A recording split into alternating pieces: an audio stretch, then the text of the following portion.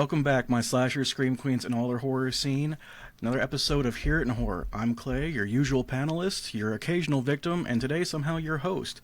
Today we're going to be chatting with the mind behind the Cellar Letters, creator and showrunner Jamie Petronis. Jamie, thank you for walking on the interview without checking behind you first. So, no, too late already. So, oh, no. Got you here. First and foremost, you've seen the review so far. Not everyone gets that chance. Not everyone wants that chance. So, anything you want to say in response to it first? Anyone want to yell at that who's not here? I'm not one to yell at someone for like a negative review. Like, that's fine. Like, I love pickles. It's fine. Like anything pickle flavored, I'm all about. But I get the criticism. I get it. It's all good. Fantastic. We love to hear that. That is one thing we're always looking forward to is like, of course, we're not attempting to be negative or anything, and everyone's got different tastes for different folks. I mean, obviously the pickle thing, not everyone has good taste, but we do what we can about it. So let's go and get on the questions then. So first and foremost, the Cellar Letters. What inspired this? Like, what kickstarted this? Full disclosure, I initially set off to rip off the Magnus archives. So it was the first podcast I ever listened to. I was like, wow, this is spooky. This is so cool. I want to try that. And then I quickly realized I didn't want to do that. So it quickly just became its own thing, turned into this like paranormal activity, haunted house style, semi-Lovecraftian thing. And that's what it is now. All right, awesome. So talk about Magnus Archives. Any other pieces of horror media or real life personal experience that kind of like influenced the Cellar Letters we got going on, or is this just straight from you?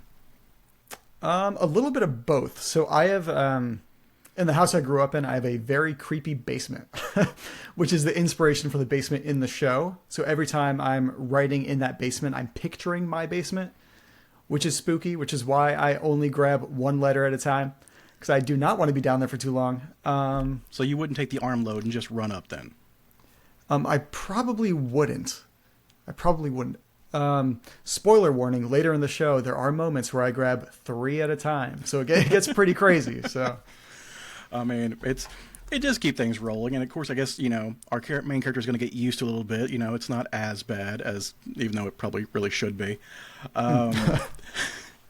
So we've got the basement from the real life, everything else. So how else is going to, because like, the stories, we have the main setting, right? And that comes from you. What about the stories? We got inspiration for all these letters we've got. So I always like the whole fish out of water thing. Mm-hmm. So I like this, like, just typical normal guy. Some would say like uncharismatic normal guy. I like the idea of him just interacting in this world full of weird things that you can't believe. So, like, you don't know what to believe with these letters. They're supposed to be weird. So I just like the idea of this one guy who's not used to this stuff having to deal with this stuff that could or could not be real. I think that's really great, too, because I love how, because it could go either way, like, the idea of just like, oh, these are weird letters. Nothing really overly concerning about that. And then, of course, we have the creepy voice at the end, more concerning. But the letters themselves seem fairly nebulous. Like, they're just... someone's a hoarder of weird letters. That's whatever, free, comes with the apartment or house, free, awesome. So more stuff to talk about the show. Sorry, guys, everyone who's listening to this, I am not an interview person. This is my first one. I apologize. So we're just doing what we can with it. You're doing great. This is my first one too, so it's all good. I love that we're doing this together, and we're birthday bros. So like, oh my God, I forgot. Happy birthday. Happy birthday to you too. Thanks. Very, very welcome. So, show sound design. I can't even talk. This is all staying in, by the way. It's one of those things that we spoke of and we had a lot of positive views on. Like, I love the small details, like the dropping of the nails because his hands are full. Like, what kind of choices do you make when it comes to audio design? What do you decide to leave in? What do you decide to take? Like, how focused are you on making it real, for lack of a better word? So... full disclosure, I went into oh yeah, so I went into this having no idea what to do sound wise. Mm-hmm. You guys were correct. I used Audacity in the very beginning. I did not know what I was doing. Everyone does. It's a great starting place, and you can't beat the price for it, honestly. Mm-hmm. like I didn't know a thing about sound effects until like probably midway through season 1. I think for episode 1, I grabbed like an actual screw gun, and I was just using that in the room, walking around. That's pretty awesome. But then I found sound effects for the nails, and I just used those, so that worked out. The room tone, I think, was just genuine room tone in my room, because we recorded the first season in one room with the Blue Yeti, and that's all we had pretty much. Again, it works. I mean, how many shows? You're very familiar with the audio drama universe now. You've made a lot of friends along the way. I'm sure you know several who started off with like the Blanket Fort and the Blue Yeti. You know, it works for a reason.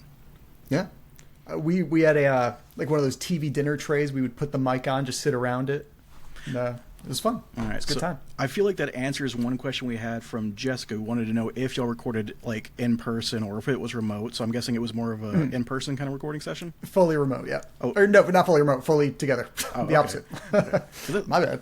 Oh no, it's fine. It's fine. Because that was one thing too. Like trying to get that natural back and forth of the conversation is just really difficult with remote. And then of course you have the non-words like the whatever random sounds to respond, which is completely natural. But how do you write that in a script, and how do you make it sound like it's actually working together? So happy to hear that because everything worked out really well for that one.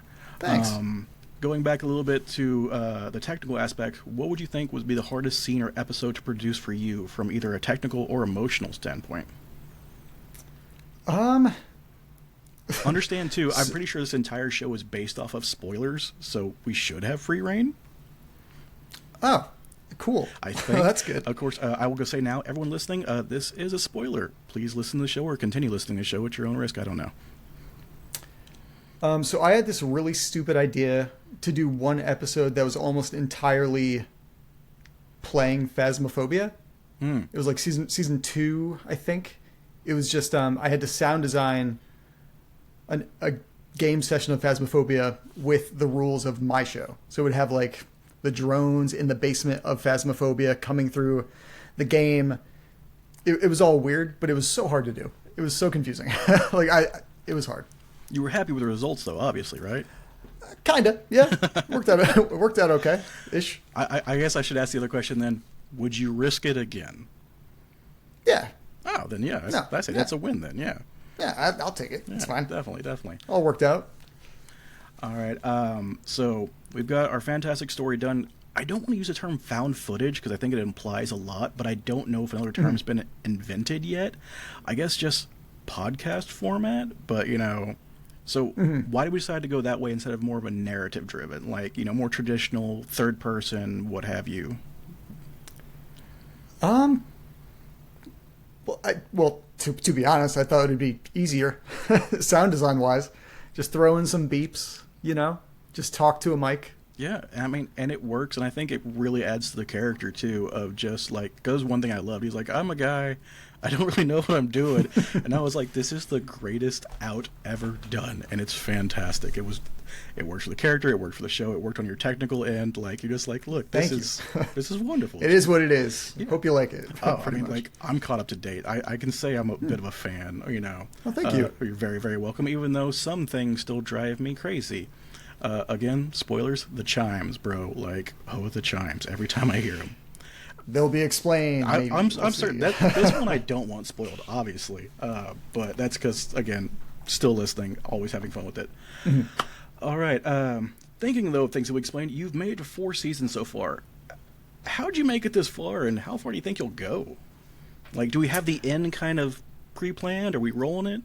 Yes. So I announced this recently, I think, but the 5th season will be the final season.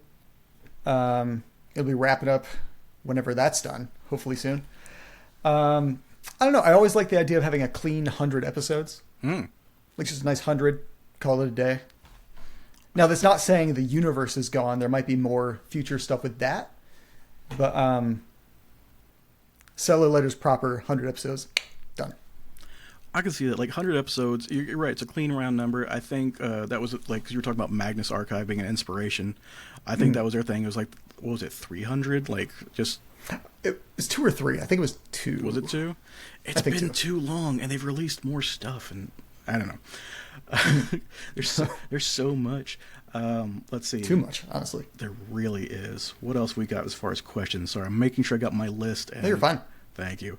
How has the story evolved in ways you didn't expect when you started? Because I think everyone kind of has, like, in anything, whether it be storytelling, gaming, what have you, like, we have the plan, we have the outline, and then either a great idea we didn't think of comes up, or, something just happened and you can't go the direction you were planning. How are we now versus the original plan? I wish I could say the whole thing was planned out from day one, but it was not. So when I first released episode 1, all I had written was episode 1. And then I was like, oh no, this is out there. I have to make more now. What do I do? So then me and my friend Jay, who plays Steve, he would come over. We would like just brainstorm what should happen, what should we do? And we'd like improv scenarios, which would become the framework for the episodes. And then I know we can spoil everything, but I don't want to spoil everything. So between season 1 and season 2, there's a pretty clear change in the show that happened for reasons beyond both of our control. So that was always going to happen, but it was kind of fast tracked for reasons. Really? Yeah. Okay. It made me think of a question. I immediately lost it because that just kind of just blew me away at that point. What was it? Hopefully it'll hit me later. Yeah, again, brain of a goldfish. That's okay. Alante actually wanted to know how you imagined Nate before you started writing this. Because we talked about things changing. How did the main character change, if the main character changed? I wouldn't say he changed necessarily. I always wanted to be just a guy, just a normal guy, someone that anyone can picture themselves being in that scenario. Just like an everyman kind of thing, just a guy. Like, how would you react if you were in the situation? You'd be like, I don't know what's going on. I don't want to go down there. I get that, which is one of the things I love too, his comfort animals. He's just like, okay, things are getting weird. You know what I need? He'll take any animal and be like, you're mine now. I will protect you. So, look, I just can't be alone. I don't care if you're a cricket. I don't care what you are. I just can't be alone right now. You're mine now. Yeah, it's fantastic. Oh, I remember the question I was going to ask now. Hey, brain finally kicked in. Woo. You made a comment about doing episode 1 and be like, oh, did you actually release episode 1 before you even wrote episode 2? Yes. Yep. That's ballsy, my man. That's I know. hella ballsy. I didn't understand what podcasting was. I forgot that schedules are a thing. So I kind of just did it, and then I had to keep doing it. Oh no, I have fans by accident, and no. they want more. How did this happen? I'm still stuck. That's actually insane that you pulled that off. I can't say pull it off, but actually just did that. You're just like, I'm just going to jump in. And for anyone who is listening to this, take this man's advice. Release the thing. Just do it. Yeah, it's fun. And then you meet some great people, because you've had a lot of. I don't even want to call them guest stars anymore, because they're castmates at this point. I mean, you've done a lot of people, and then you've tied in a lot of other projects. Or I think you've worked with other people in other projects too. So it's just like, once you're in the AD universe, it's ever expanding. Yeah, it's like the nicest people you'll ever meet doing the coolest stuff you'll ever see or hear. It's so much fun. Pretty much. I like the ones I've been lucky enough to know, like, for example, bugging you in certain Discords. Like, I can honestly agree with that. Without spoiling anything, can you give us a hint at what might be lurking in the next season? Because, I think from the listener point of view, again, people who are caught up, you have a lot of questions I feel, for one season wrap up. I'm expecting just spit firing stuff at me real quick. Maybe. I don't know. We'll see. So season 4 ended with a pretty big reveal. So season 5 will be more of that, with more reveals revealing. Vague hints. That stuff will happen. That's fine. I remember too when you were like, this is the wrap up, and I was like, this can't be like, oh no, the season. I was like, okay, that's still scary, but I was concerned that there's gonna be a lot of stuff, because that's and we've talked about this in reviewing other shows. Luckily, we haven't really had a problem with that. But you, as a person now in the 80verse, you said you've listened to Magnus Archives first. I'm assuming you've listened to other shows now. So my biggest thing is I will my biggest problem is I will listen to like 3 episodes of show, be like, this is awesome. And then I will immediately find something else and forget about that show. It's not due to the shows being bad. Mm-hmm. So, I mean, every show I listen to is great in their own special way. That sounds super condescending, but it's not what I mean. Every show's great. And I just have no attention span at all. Oh, so then like I say Magnus Archives. I never finished it. I got like 100 episodes in. I was like, yeah, this is great, but I can't go back. So luckily you've never had to deal with the problem of a show like it happens to anime and so many other shows, like a show you love, and it's like, what do you mean it's over? Like, why they stop making episodes? Mm-hmm. And as a person who's just on the listener side, God bless, I don't have to deal with the writing, the producing, everything that y'all have on y'all's shoulders, which is way too much. That is the biggest sadness and upset of all time. Just like, I recently reached out to someone because their show had to cancel for reasons well beyond their control. I'm like, how much is it going to cost you just to send me your outlines or scripts or whatever you have currently on hand? Because I know you have something. So yeah, I bought those. Oh, they gave you it? Bits and pieces. And they were like, okay. Look, I was like, look, if you want to start a Kickstarter, man, I will help you do this. We're going to get this story out because I need the finish. It was really good. Nice. So let's move on to more general stuff. This is the horror audio drama verse, which is very small but very dedicated and all focused around a simple concept. So what scares you? Ghosts. Ghosts freak me out. If there's a ghost in it, I'm going to be scared. Like, it's... Do you believe in ghosts? Yes. Good. Me too. No, my house with the creepy basement, insanely haunted. So scary. We can talk about that another time. It's so scary. But, yeah, ghosts, aliens freak me out. I've been told I can fill up to an hour for this. So if we want to make that the entire thing at the end, like, I will let you just go on. Oh my God. Okay, so cool. Ghosts, real quick. How are we feeling about Ghosts? Is it better to just avoid, or is ignorance is the key, or do you have an EMF reader somewhere near you right now? I don't, but I would like one. I mean, that'd be nice. That'd be great if I had one. Yeah, like, I'm cool with them being around. I just don't want to see you, you know? Oh. Like, if you're there, cool. Your space, whatever. But I don't want to see you standing at the foot of my bed. So no Please. Apparitions. No. That's not super into that. All right. Well, anyone who's listening, of course, we're pretty sure we can find you a P.O. box. We'll get you the EMF reader. We'll get you some salt. We'll set you up nice. Perfect. Thank you. We'll That'd be great. Anyways. Oh, yeah. It's fun stuff. So, and then you mentioned aliens. Tell me more. Well, it's just naive to think there's nothing out there. Like, not to get, like, ancient aliens on it, but, like, come on. There's so much stuff up there. There's got to be something. Oh, what is it called? I'm assuming you know about the Fermi paradox? I do not. Please tell me. All right, so there's 2 main equations, or thoughts about, one's an actual equation about how, and it's going to hit me later. Again, they put the wrong person as host. I have the brain of a goldfish. But there's a mathematical equation that says how many intelligent species should be existing in the galaxy at any given time. And the variables are absolutely outstanding. Certain numbers being used by NASA hints at 7.5 in the Milky Way galaxy. At any time, there should be that many. Now, of course, with the expanse and size, that's very far away. And one of the variables is how long does a society go without destroying itself? Which, we have our doomsday clock to kind of give us a concept for that one. But then there was Enrico Fermi, a very intelligent man who, after the Roswell incident happened, came up with the Fermi paradox of, well, where the hell is everyone?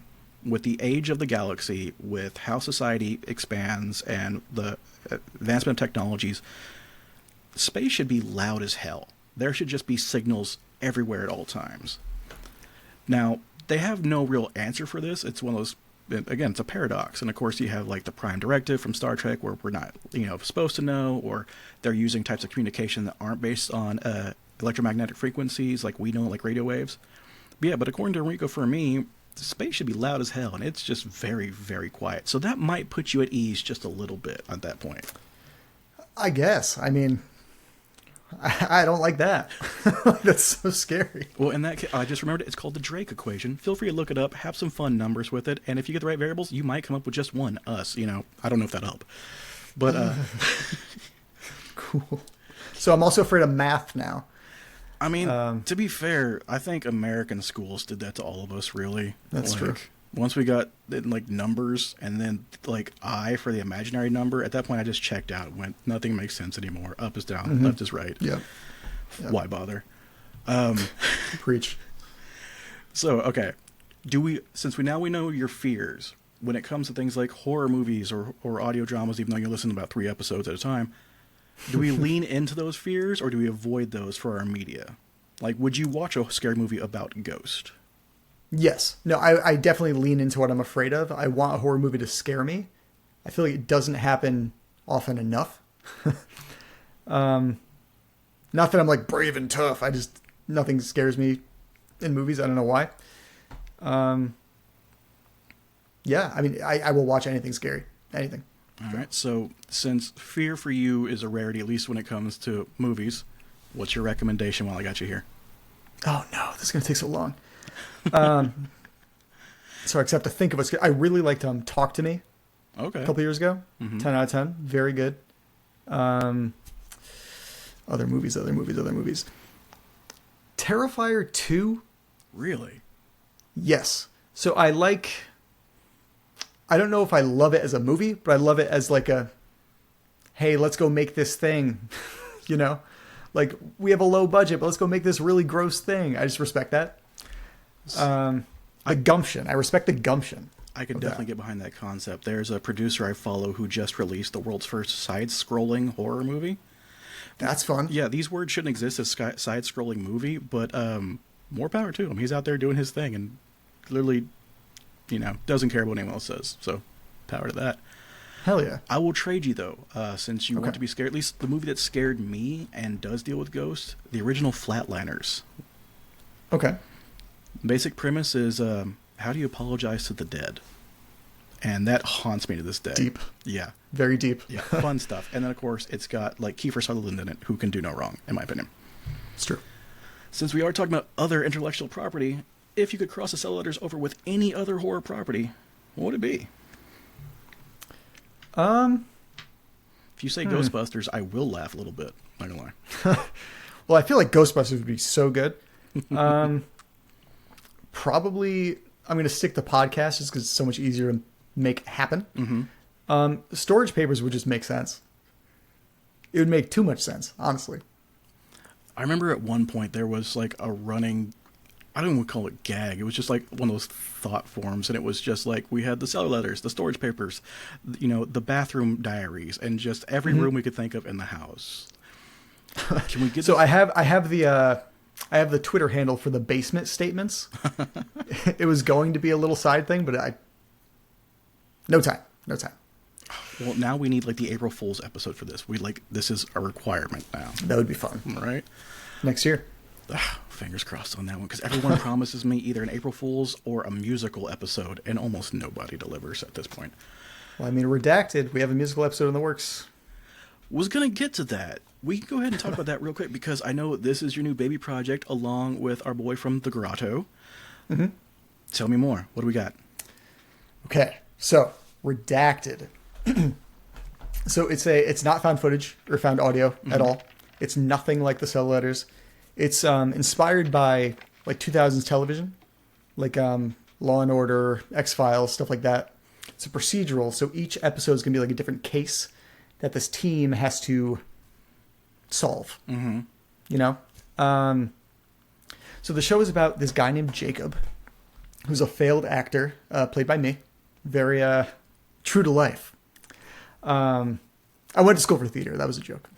I was gonna say like I feel now I should have done more research, like Hot Ones, because I'm like I should have known this and just like leaned into it. But we'll get to that in a second. Oh, cool. So it's about Jacob, who he hasn't seen his brother in like 10 years, his twin brother. All of a sudden, after his mom's funeral, he runs into his brother, and then blah blah blah blah blah. Brother dies. It's not a spoiler. It's in the description. I remember hearing a trailer about that, for a teaser, I guess. The brother dies, and Jacob is like, I have nothing to live for. I have nothing going on. I'm just going to yeet that identity. I'm going to steal that identity. So he takes his brother's place and like takes his job, who he thinks is just like an accountant. Blah, blah, blah. Turns out he's not an accountant. He works for this secret, underfunded government group called the Redacted Unit that solves these paranormal cases. So very X-Files-ish. So now he has to play that part without revealing himself. Oh, I imagine that makes for a lot of good B plot at that point. That's going to be fun. And of course, knowing, again, you and, the Grotto coming together, knowing both y'all's writing styles, I'm really excited for this. Do we have any names we can drop of other people in the audio drama community who've already tapped into the project? We have Casey Wayland. We're alive. Working on it. We have Trevor Henderson, artist. He has a show on Bloody FM as well, the Mayfair Watchers Society. Mm-hmm. Very familiar. We have Ash McNally, who's working on it. Things I should have known before this review or this interview. Surprise! Yeah, I know, right? I think she set me up for failure. That's fine. I rolled the punches. That's okay. No worries. You're doing great. Thank you. We have a Harlan Guthrie, Malevolent, working on it. I say this with all positive respect. That man's in everything now. That's true. Just absolutely everything. He never sleeps. No. He's like the Oh no, he's not American. Oh, American continent version. Canadian David Alt. Yeah. I was going to say that's exactly what he is. He's Canadian David Alt at this point. Yep. Oh, we have David Alt on the show too. So it's kind of a law at this point. You need him, or what are you doing? Yeah, I think at that point it's funny because I remember him saying that like he wants to be listed in everything, but I also joked that like once he's in your show, you kind of made it. Like you're on the map at least at that point. 100%. But yeah, a lot of cool people working on it. We're just super excited to get it out there. Can't wait. We got a release date? We have. I don't know if I can even say that. Ooh, okay, that's fair. I'll go ahead and say the stupid thing. So the information is redacted. They had to get out there. Yeah, 100%. All right. So our goal was to launch October. We may miss that by a tiny bit, but not by much. If that narrows it down. It does, and I think too. I've seen a lot of shows like they're like we have this release date, and then life happens for whatever reason, and you do the best you can, but everyone who's like I've just heard has a good strong foundation, like a good listener base. I don't think they're going to be upset. They're just going to be happy when it gets out there and probably lose their absolute minds. Yeah. Now, thinking about timing, how are we going to be able to, because I know people who do multiple shows, at least from like a writing perspective and a technical perspective. You going to have sleep? You going to have time for sleep? No. No sleep. Really inspired my life. So I don't sleep anymore. So EMF reader and coffee. Okay, Yes. We're getting this list going. We'll get Perfect. there. We'll get there. So we started talking about other shows for a minute. Any friends, family, anything you want to go ahead and put out there? This is your time to make sure they're on the map too. Someone who may not know the show, but I'm always shocked because people are like, "Do you have any recommendations? Have you heard the Magnus Archives?" And everyone's like, "How have you not heard the Magnus Archives?" Huh. Any shows you want to go ahead and list out there that people might be sleeping on? So I really like The Grotto. I think The Grotto is great. His biased. His sound work, his music. I'm just like the show by itself is good. Music by itself is good. Like I got no complaints. Yeah, no, very good. Shadows of the Door. Mark and David, fantastic. Always doing great stuff. Woebegone, that's a fun one. Do you listen to that? I do. I will say I was really shocked. I'm still up to date on it, but like season 1, and I've heard, I think, the reason why everything changed, but season 1 reminded me a lot of an old MTV show. I'm super old. I'm probably a lot older than you, but How old are you? I just turned 41. That's okay. I'm 35. That's close. Okay. So you might be somewhat aware. There was a show way back on MTV, back when MTV like first started off doing like not music, called Dead at 21. It was a very gritty, mystery, dark, something's happening, there's no explanation for it, you're running for your life type thing. In season 1 of Woebegone, I was like, I'm getting these vibes I haven't felt since I was like 7. The show was very much not that now. Yeah, and then the cowboy hats come out, and you're like, huh, what's going on here? Yeah, no, I was like, this is not what I signed up for, but I'm not leaving. Like, this is still a really good show. I'm invested. So much. And anyone, because like we have so many voice actors out there who can do a myriad of voices, 90 million different accents and what have you.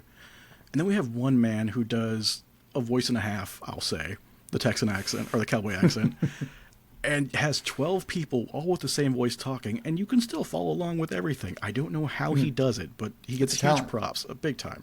Big time. And how does he like just pop out a 40-page episode every week? I don't understand how he does that. While still having time to be on Twitch to play Nancy Drew and everything else. Yeah. Again, I'm pretty sure like the secret to success, unfortunately, is don't sleep ever. Like I love my sleep. I don't know. I don't get it, but I love it. I love the idea of sleep. So that's the I'm real sure reason. it's nice. That's the real reason for the season breakers at that point, not to catch up. It's just like, no, I'm just going to take like 2 days of me and bed. Yeah, I need to hibernate for a bit. Crazy.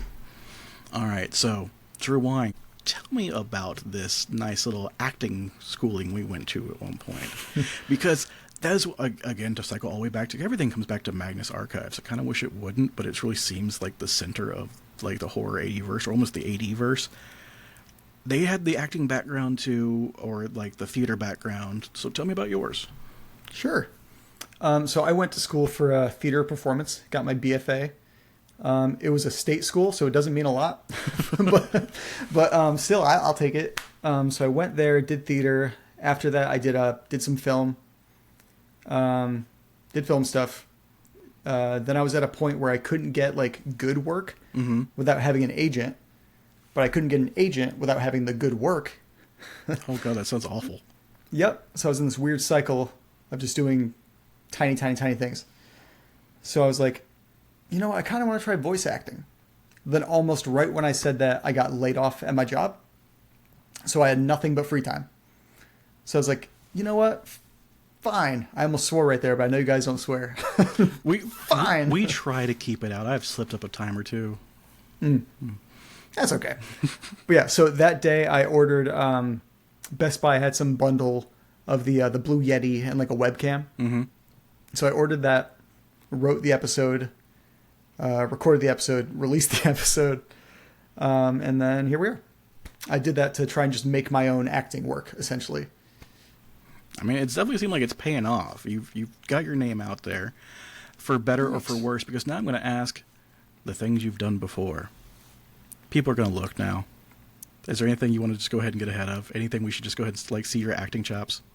There's nothing bad. I mean, nothing like embarrassing.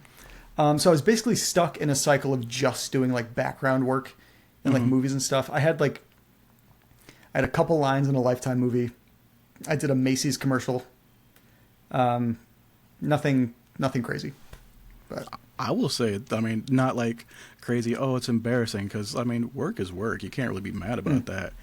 But I'm just like, I would have never thought anyone really, because, like, I know it happens. I've seen commercials. I'm aware they exist. They used to be all over the place, and now they're coming back because streaming's gotten horrible.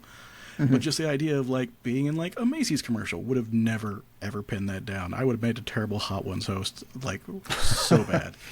Well, the commercial was a limited thing. It was for some weird, like, dorm makeover contest. I played a frat boy drunk in a tub.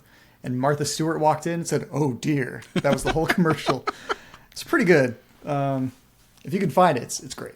Yeah, anyone out there who is listening to this, please, like, put it on our Instagram, put it in our Discord, something. Someone find me this, for love of God, please. Y'all know y'all are going to be better at y'all's Google food than I am.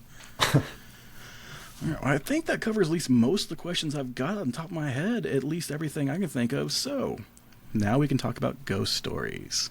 We've still got time, if you want to. You don't have to, but I will bribe you with snacks. Some ghosts. I could talk about some ghosts for sure. Most of them involve just me in my room. I'd be sleeping in my bed. I don't know why I'm acting it out right now. Oh, because of my theater degree. I'm using that right now. So I'd be laying in my bed. I'd open my eyes, and there would just be this old man standing at the foot of my bed. Just this old man, overalls, plaid shirt. So we started calling him the farmer. I would just wake up to him watching me sometimes, which I don't super like. Not super into that. I'd see him standing at my closet. I'd reach for my phone, turn the flashlight on, As I move the flashlight past him, he will just disappear. Very fun. I feel like farmers shouldn't do that. Didn't like that. For unknown reasons, my door didn't have a doorknob. So I don't know. So I would just see shadows walk past, but the floor, which was super creaky, would not make any sounds. I would just see things walking past at all hours of the night. Again, don't like that. No. This is a weird one. Have you listened to 9 to Midnight when we did that? Yes. Found a lot of great shows off of that one too. Highly recommended to everyone else who hasn't heard it yet. Sweet. Nice. My first story was called The 1 through 5 Minute Man. Mm-hmm. That was based on a true story. So when I was little, I would like wake up in bed. I think it was like 5 or 6. I would walk into my mom's room like crying. And I'd be like, Mom, he's in there again. And she's like, who's in there? What are you talking about, you little freak? And I'd be like, the man's in my room again. The 1 through 5 Minute Man. I don't know why I would describe him so exactly, but I'm guessing it was the farmer that was just in there watching me, as they do.